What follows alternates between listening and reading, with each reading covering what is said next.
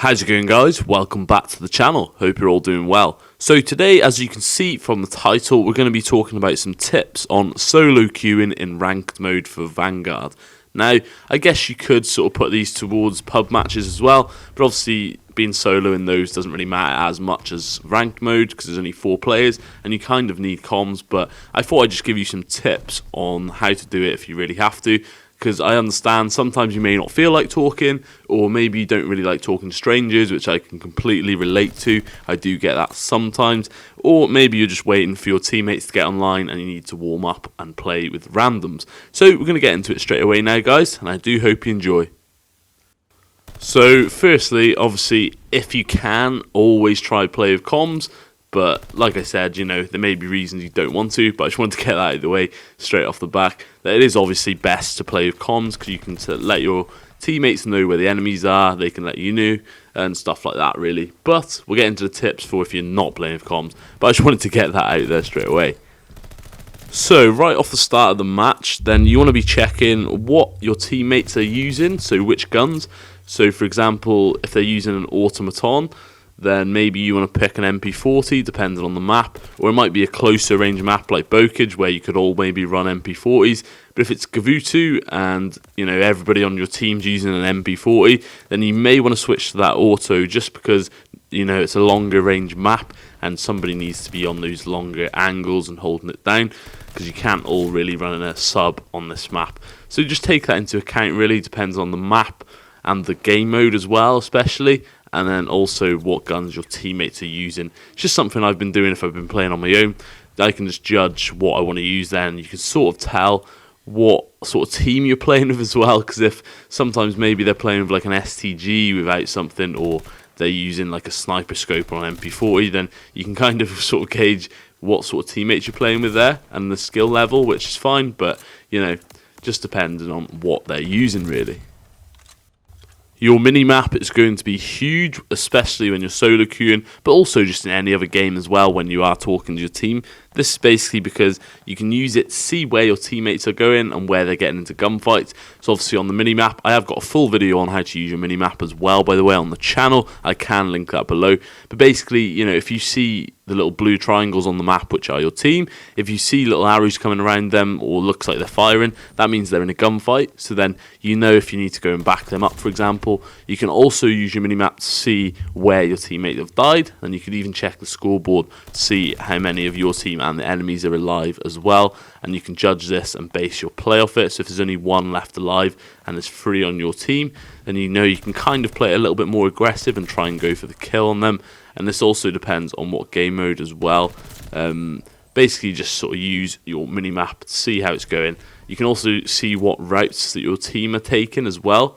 So if you notice straight off the start of S&D that maybe one of your teammates is rushing B every time, then you know you can sort of support them in this and position yourself in a spot where will help them pretty much.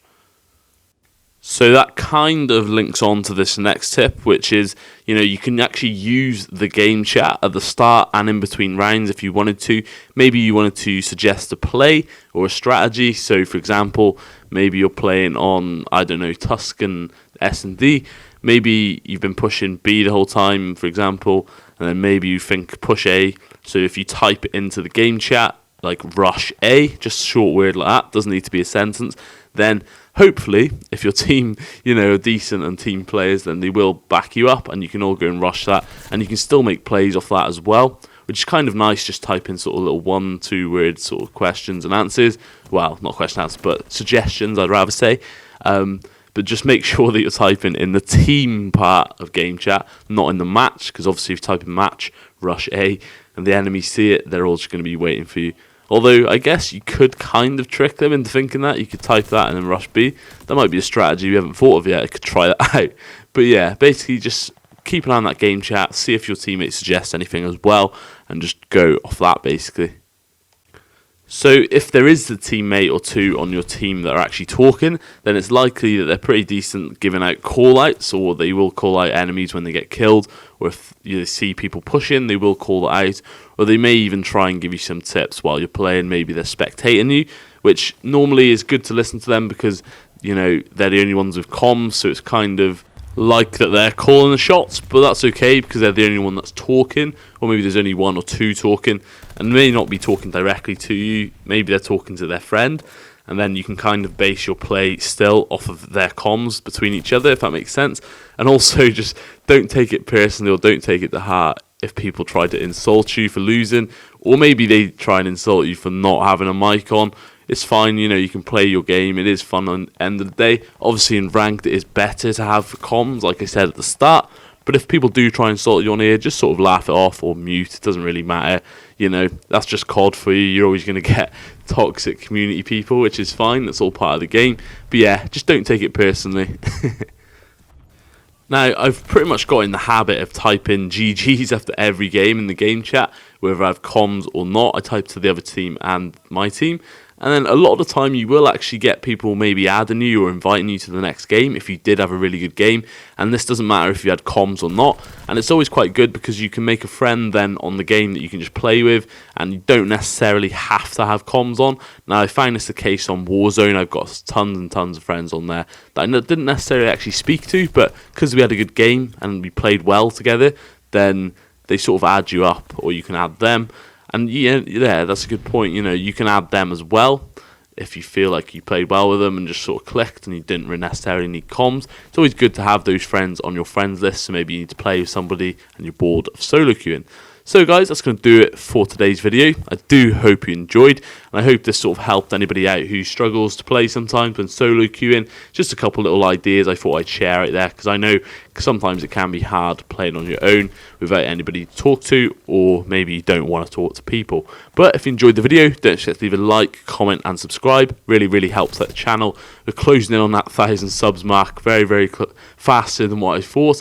I sort of set it to hit it by the end of this year, but looks like within the next couple months we should be on track to hit it if we can just keep getting out these videos for you guys. So guys, thank you all for watching. I do hope you enjoyed. Hope you have a good day, and I'll see you all in the next one.